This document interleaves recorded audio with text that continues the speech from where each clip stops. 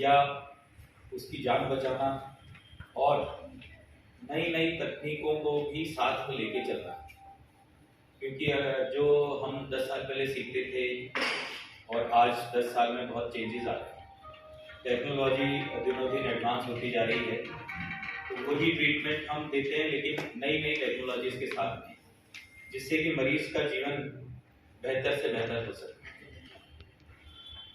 आप लोगों ने कितने लोगों ने ये 3D सर्जरी के बारे में सुना है या 3D रिकंस्ट्रक्शन टेक्निक के बारे में सुना है? किसी ने इससे पहले इस चीज़ के बारे में सुना है? यहाँ पर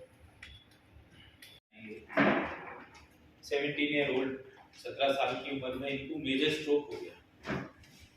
स्ट्रोक तो आप जानते ही हैं, स्ट्रोक के बारे में कितनी अवेयरनेस हो चुकी है। स्ट्रोक के ट्रीटमेंट भी अब एकदम बहुत एडवांस हो चुके हैं, लेकिन अभी तक भी वो 8 घंटे के बियॉन्ड कवर कर पाना संभव नहीं हो पाया। अगर अपन 3-4 घंटे में दवाई दे देते हैं और 8 घंटे तक अपन नस को खोल सकते हैं, तो कई मरीजों में 100% कहीं सक्सेस नहीं होती, बहुत मरीजों में नॉर्मल सी आ जाती है। लेकिन बियॉन्ड 8 आवर्स अपने पास ऑप्शंस बहुत कम हो जाते हैं। तो ये जो बच्चा है, इनको जो भी रीजन से पता नहीं चला या डायग्नोसिस नहीं हुआ, लगभग 24 घंटे बाद ये हमारी पास बेहोशी की हालत में आए। बेहोशी की हालत में ये आए।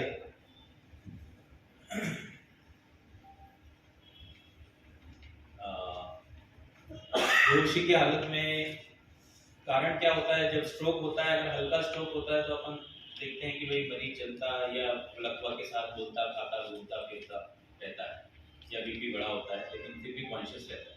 लेकिन मेजर स्ट्रोक होता है, मतलब लगभग हाफ ऑफ द ब्रेन जिसमें बंद हो जाती है इसकी सप्लाई, तो मरीज के दिमाग में एकदम से सूजन आ जाती है और सूजन की वजह से वह बेहोशी और कोमा की तरफ जाने लगता है। तो ऐसे में एक लाइफ सेविंग सर्जरी हमें करनी पड़ती है, जिसको हम कहते हैं डीकम्प्रेसिव ट्रीटमेंट। क्योंकि अपना जो ब्रेन है, जो स्किन है, वो स्ट्रेच हो जाती है, लेकिन ब्रेन जो स्कल है, हड्डी है, वो स्ट्रेच नहीं हो सकती। तो उसके अंदर एक कंपार्टमेंट बन जाता है, अंदर ही अंदर स्वेलिंग बनती है, और जो नॉर्मल ब्रेन, जो बचा हुआ ब्रेन है, वो भी स्वेलिंग से दबने लगता है। तो डबल डैमेज हो जाता है। नॉर्मल जो आपका जो बंद होने से डैमेज हो रहा है, प्लस सूजन की वजह से नॉर्मल ब्रेन भी दबने लगता है। तो इसके लिए अपने को एक ऑपरेशन जो मैंने बता रहा हूँ, डीकम्प्रेसिव ट्रीटमेंट बोलते हैं, जिसमें हड्डी का एक हिस्सा हटा देते हैं ताकि जो ब्रेन की स्वेलिंग है वो बाहर आ सके, ब्रेन फूल के बाहर आ सके, स्किन के नीचे आ सके, स्ट्रेच हो सके, और जो नॉर्मल ब्रेन है उसको अपन बचाया जा सके। तो इस ऑपरेशन को नॉर्मली हम करते हैं हेड इंजरी में और स्ट्रोक में। स्ट्रोक में जो मेजर स्ट्रोक्स होते हैं उसमें जान बचाने के लिए। तो इस पेशेंट को मेजर स्ट्रोक हो गया था, जान बचाने के लिए हमने जनवरी में इनकी सर्जरी करी। तो ये जो डीकम्प्रेसिव करते हैं अपन हेड इंजरी में भी करते हैं, स्ट्रोक्स में भी करते हैं, कई बार ट्यूमर्स में भी कर जाते हैं, और साथ ही फिर इन्हीं चीज़ों में वापस से ये हड्डी को रिकंस्ट्रक्शन करने की जरूरत है, क्योंकि वो जगह बन गई है, धीरे धीरे स्वेलिंग चली जाती है, कहीं भी स्वेलिंग चली जाती है तो फिर गड्ढा होने लगता है। तो ये स्टोरी है कन्हैया की, जिनकी आवाज चली गई थी, वीकनेस आ गई थी राइट हैंड पाँव में और अनकॉन्शियस बेहोश हो गए थे।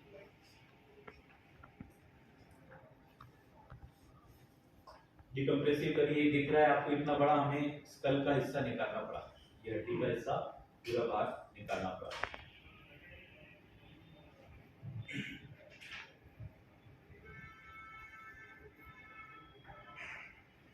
फिर जैसे जैसे कुछ दिनों में इनको होश आ गया, ये खाने पीने लगे, और फिर हमने डिस्चार्ज कर दिया। लेकिन स्वेलिंग एकदम से कम नहीं हो पाती है। स्वेलिंग को कम होने में 3 हफ्ते, 6 हफ्ते, कई बार महीने भी लगते हैं।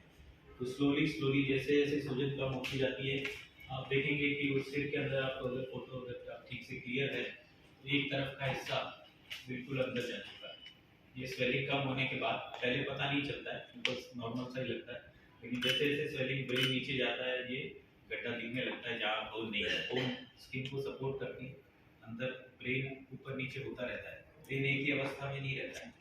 ब्रेन अपन जब रेस्ट करते हैं तो एकदम कोलैप्स रिलैक्स हो जाता है, फिर वापस से फैलता है। तो ये अंदर की जो प्रक्रिया वो अपने को नॉर्मली दिखाई देती है, लेकिन जब अपन स्किन स्कल हटा देते हैं तो वो प्रक्रिया भी अपने को दिखाई देती है। कई बार पेशेंट फोन करते हैं कैसे लगा, स्वेलिंग आ गई, कई बार फोन करते हैं ऐसा लगता है गड्ढा हो गया, बिकॉज वो दिखता है और कवर्ड में कुछ नहीं दिखता है। तो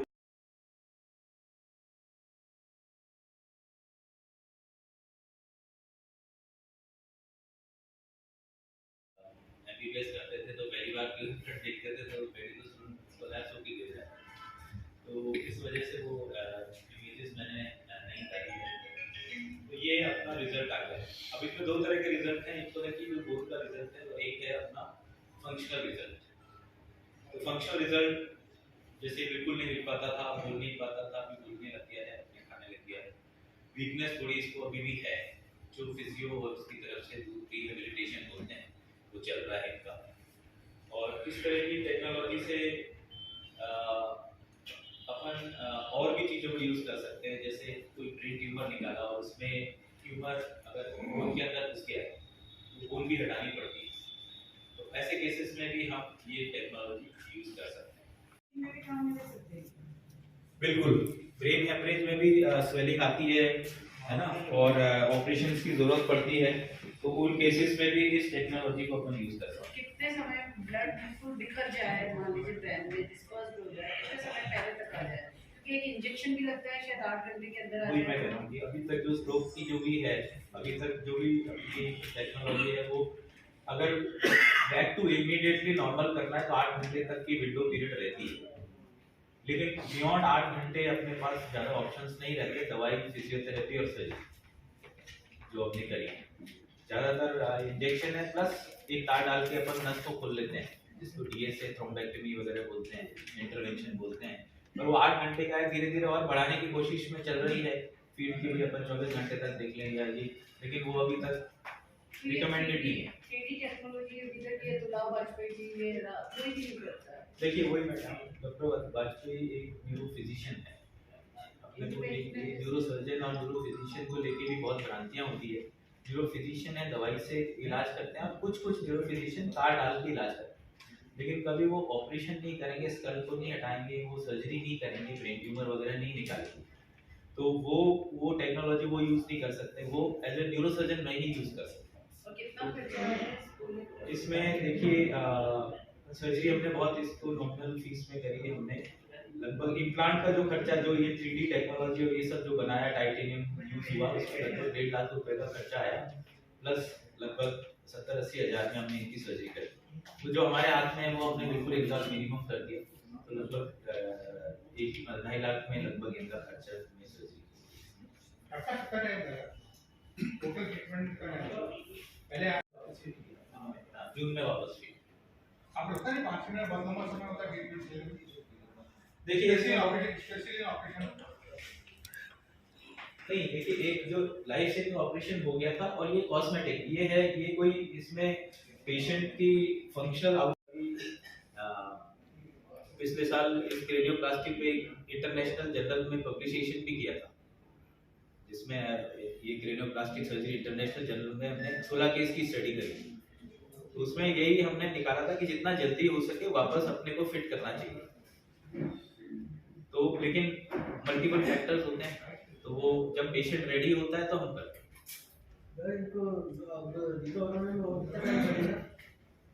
देखिए रिकवरी जो नर्वस सिस्टम की है वो चलती रहती है, रिकवरी 9 महीने 1.5 साल तक की रिकवरी चलती रहती है। इसमें फिजियोथेरेपी, रिहेबिलिटेशन ये सारा चलता रहता है, और धीरे धीरे रिकवर होते रहते हैं। लेकिन हमेशा अपने को ये ध्यान रखना है कि नर्वस टिश्यू ऐसा टिश्यू है जो कभी वापस अभी तक बन नहीं पाता है। जैसे स्किन नहीं आ जाती है, लेकिन कभी ऐसा नहीं होगा कि दिमाग नया पैदा हो गया या स्पाइनल कॉर्ड नई पैदा हो गई। इसको हम रीमॉडलिंग बोलते हैं। रीमॉडलिंग होता है कि जो आसपास का जो हिस्सा बच गया है ब्रेन का, जो वो इस काम को सीखता है, और जैसे अपन एक उंगली कट गई है तो 4 उंगली से काम करना सीखते हैं।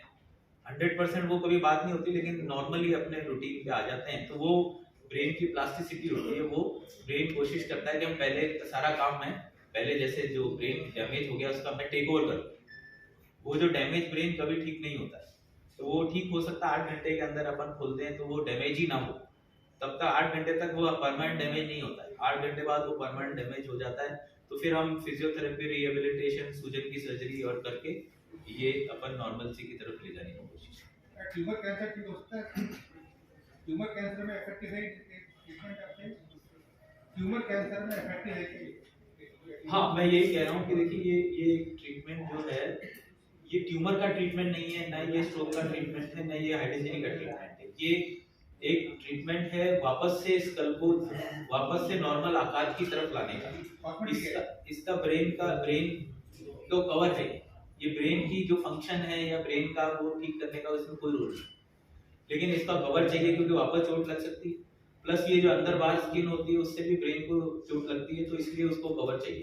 तो ये और डैमेज ना हो, ब्रेन को रिकवर में इजी मिले। कई बार पानी वानी भरने की समस्याएं होती है अगर अपन नहीं लगाए, तो वो सब ना हो इसके लिए अपन करते हैं। बाकी ये ट्यूमर ठीक करते हैं ऐसा नहीं। ट्यूमर के बाद में जैसे अगर बोन में अगर घुस गया है, अपन वो बोन हटा देंगे तो वो ट्यूमर निकल गया तो वैसे ठीक हो जाएगा, और उसकी जगह अपन ये फिट कर देंगे तो उसका शेप वापस मिल जाएगा। तो वैसे क्यूरेटिव सर्जरी का पार्ट है, लेकिन ओवरऑल ट्रीटमेंट वैसे वाली ट्रीटमेंट का पार्ट नहीं है कि भाई ये लगाने से ट्यूमर ठीक हो रहा है। ट्यूमर ठीक हो रहा है सर्जरी से या मेडिसिन की वजह से। आपके बॉडी में एक मिनी हार्ट या ऐसा होता है कि उसको कोई प्रॉब्लम आई तो बॉडी ऑटोमेटिक उसको डेवलप कर लेती है। जैसे कोई वेन में कोई प्रॉब्लम आ रही है, वेन हार्ट के बीच में नहीं डेवलप करके बाईपास ऑटोमेटिक सेट बना देता है। ऐसा क्या ब्रेन के अंदर भी ऐसा कुछ फंक्शन होता है कि कोई प्रॉब्लम आ रही है तो वो ऑटोमेटिक? बिल्कुल, देखिए अगर धीरे धीरे कोई प्रॉब्लम आती है तो डेफिनेटली अपने जो शरीर है उसको हील करता है, अल्टरनेट रास्ते खोलता है। तो जैसे कोई स्लो प्रॉब्लम है, स्लोली कोई नस बंद हो रही है, तो डेफिनेटली बाहर की नसों से, इधर उधर की नसों से बाईपास बनते हैं अंदर, नेचुरल बाईपास ऐसे ब्रेन में भी बनते हैं। लेकिन प्रॉब्लम क्या होती है कि एक्यूट जो एकदम से हुई चीजें, जैसे अभी कल एकदम नॉर्मल थी, आज बंद हो गई, तो फिर टाइम नहीं मिलता अपनी बॉडी को बाईपास ब्रिज बनाने का। जैसे कोई रास्ता खराब हो गया तो ब्रिज बनाएंगे, तो एक दिन में नहीं बन पाता, तो वो उसके लिए बॉडी जरूर बनाती है। लेकिन इमरजेंसी सिचुएशंस में बॉडी के पास इतना टाइम नहीं होता कि तुरंत एकदम से बना। ये भाई से एक सवाल कर सकता हूँ, बात कर सकते हैं? हाँ, आपको सबसे पहले विल पावर के लिए बधाई। थैंक यू आपको, बधाई आपको विल पावर के लिए। आप मेरा ये सवाल, पहले जो आपका बातचीत का, बॉडी के लैंग्वेज का, उठने बैठने में तो स्टाइल की जैसा आपकी लाइफ थी, और ये ऑपरेशन के बाद में कुछ ऐसा लगा कभी अनबैलेंस हो रहे हैं, बातचीत में अटक रहे हैं, या कॉन्फिडेंट यूज है, कुछ ऐसा बड़ा है, घटा है, या जैसा है पहला वैसे ही? बड़ा है तो क्या बड़ा? तो हाथ पर थोड़ी बड़े बड़े नहीं समझा। हाथ पैर सीधा ढीलने लग गए। थोड़ा एक्टिवनेस आई है रवि और डेवलप।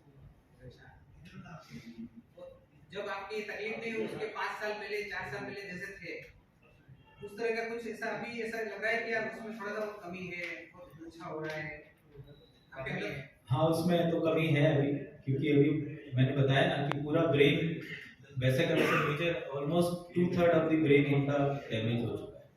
तो वो कभी वो जैसे मैंने बोला ना, एक उंगली कट दी, तो कभी भी वो 100% पहले जैसा नहीं हो सकते। वो तभी पॉसिबल है कि डैमेज ही ना हो, तो वो 100% वैसे तो नहीं हो सकते, लेकिन अभी ये अपने हिसाब से अपनी लाइफ जीने लायक बन रहे हैं। बच्चे को लेके आए तभी बेहोशी की हालत में था, और जैसे ही सर को बच्चे को देखा, बोला तत्काल इसकी एमआरआई करना पड़ेगी। तो एमआरआई की रिपोर्ट नहीं है, इसके पहले सर और तरुण माथुर सर दोनों एमआरआई में जाके देख लिया, और भाई इस तरह की कंडीशन है और इसकी तत्काल सर्जरी करना पड़ेगी। और मतलब एक विश्वास करने वाली सबसे बड़ी बात बता दो, हम यहाँ जब बच्चे को लेकर आए तब हमारे पास केवल पैसे नहीं थे, 40-50 हज़ार रुपये लेके आए थे, बच्चे को नॉर्मल दिखा के आते भाई क्या हो गया। तो सर ने हमारे यहाँ बात भी रखवाई भी, इनका पेमेंट 2-3 दिन में आ जाएगा और इसका पहले इलाज करना ज़रूरी है। और सर ने इलाज किया, इलाज करने के बाद 3-4 रोज़ बाद ये धीरे धीरे रिकवर हुआ और बोलने लगा, और 7-8 रोज़ बाद डिस्चार्ज कर दिया। जिसके बाद में अगर हमारे को कोई भी समस्या आती है तो सर से पूछते हैं, मतलब तत्काल किसी भी टाइम तो तत्काल जवाब दे देते हैं इसका ये करो। क्या प्रॉब्लम क्या थी? ये मतलब बेहोशी की हालत में था, मतलब एक आँख खुली हुई थी, ऐसे कर रहा था। तो हमने वहाँ डॉक्टर को दिखाया, तो हमारे यहाँ मतलब इस डॉक्टरों की कोई फैसिलिटी नहीं है। तो सर को कॉल किया तो इन्होंने कहा यार इसका ये देखो, तो उनको कुछ समझ में नहीं आया। सर को तो कॉल मतलब फ़ोन पे समझ में आ गया था कि बच्चे को पैरालिसिस वगैरह हो चुका है, लेकिन वहाँ पे समझ में नहीं आया। और जैसे यहाँ लेके आए तो सर को कॉल करते मतलब डायरेक्ट सर इमरजेंसी में आए और आते ही देखा तो बोला इसकी सर्जरी करना पड़ेगी। एमआरआई में जैसे गए इन्होंने देखा अब इसकी सर्जरी करने के अलावा इसका कोई इलाज नहीं, क्योंकि इसके दिमाग में जैसे जैसे स्वेलिंग बढ़ रही है और स्वेलिंग बढ़ेगी तो मर जाएगा, तो फिर हमारे को सर्जरी करवानी पड़ेगी। ठीक मेरा नाम ललित चारण है। ठीक 1 मिनट, एक सेकंड। जी सर बताएं। नमस्कार, मैं doctor Ajit Singh, senior consultant neurosurgeon Paras hospital. आज आपको एक ऐसी टेक्निक के बारे में बताना चाहता हूँ जिसके बारे में आपने शायद सुना ही ना हो। ये है 3D टेक्नोलॉजी से स्कल का रिकंस्ट्रक्शन करना। 3D टेक्नोलॉजी से अपनी जो दिमाग की जो हड्डी है उसको वैसा का वैसा बना के वापस फिट करना। तो ये ज़्यादातर ऐसे केसेस में काम में आती है जिनमें पहले से ब्रेन के अंदर बहुत स्वेलिंग आ गई थी और सर्जरी की गई, जैसे कि केस में एक होता है जैसे हेड इंजरीज में होता है और स्ट्रोक में होता है। ऐसे केसेस में दिमाग में इतनी सूजन आ जाती है कि एक अपनी जो हड्डी होती है, सिर की हड्डी खोपड़ी बोलते हैं, उसका एक पार्ट अपने को हटाना पड़ता है। उसको हटाने से ब्रेन की स्वेलिंग कम हो जाती है और धीरे धीरे मरीज अपनी नॉर्मल लाइफ की तरफ जाता है। लेकिन जैसे जैसे स्वेलिंग कम हो जाती है तो वहाँ पे गड्ढा बन जाता है, बिकॉज वहाँ बोन नहीं होती है, तो सिर्फ स्किन होती है, वो अंदर बैठ जाती है। तो ऐसे केसेस में वापस से हमें उसको नॉर्मल आकार देना पड़ता है, नहीं तो वो काफ़ी भद्दा लगता है और साथ में दूसरे कॉम्प्लिकेशंस होने की संभावना भी होती है। तो ऐसे केस में एग्जैक्टली वैसा का वैसा ही स्कल जैसे पहले था वैसा हम बना सकते हैं आज 3D टेक्नोलॉजी से। इसमें हमें पहले एक CT स्कैन करना होता है मरीज का, और वो एक कंपनी को बॉम्बे या दिल्ली में भेजना पड़ता है।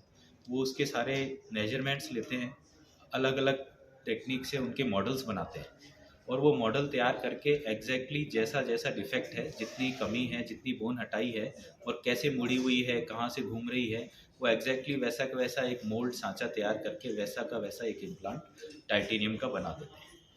वो जब हमारे पास आ जाता है तो फिर हम बिल्कुल आसानी से उसको उस स्कल पे रख के और स्क्रूज और पेच की मदद से उसको वहाँ पे अपन फिक्स कर देते हैं और मरीज अपने पुराना वाला जो पहले का जो शेप था वो प्राप्त कर लेता है। और ऐसी जो अभी तक टेक्निक सिर्फ मेट्रो शहरों में उपलब्ध है और बहुत महंगी टेक्निक है, जिसमें 5-6 लाख रुपए लग जाते हैं। हमारे यहाँ पे 2.5-3 लाख रुपए नहीं होगी, 50%। ठीक है, थैंक यू।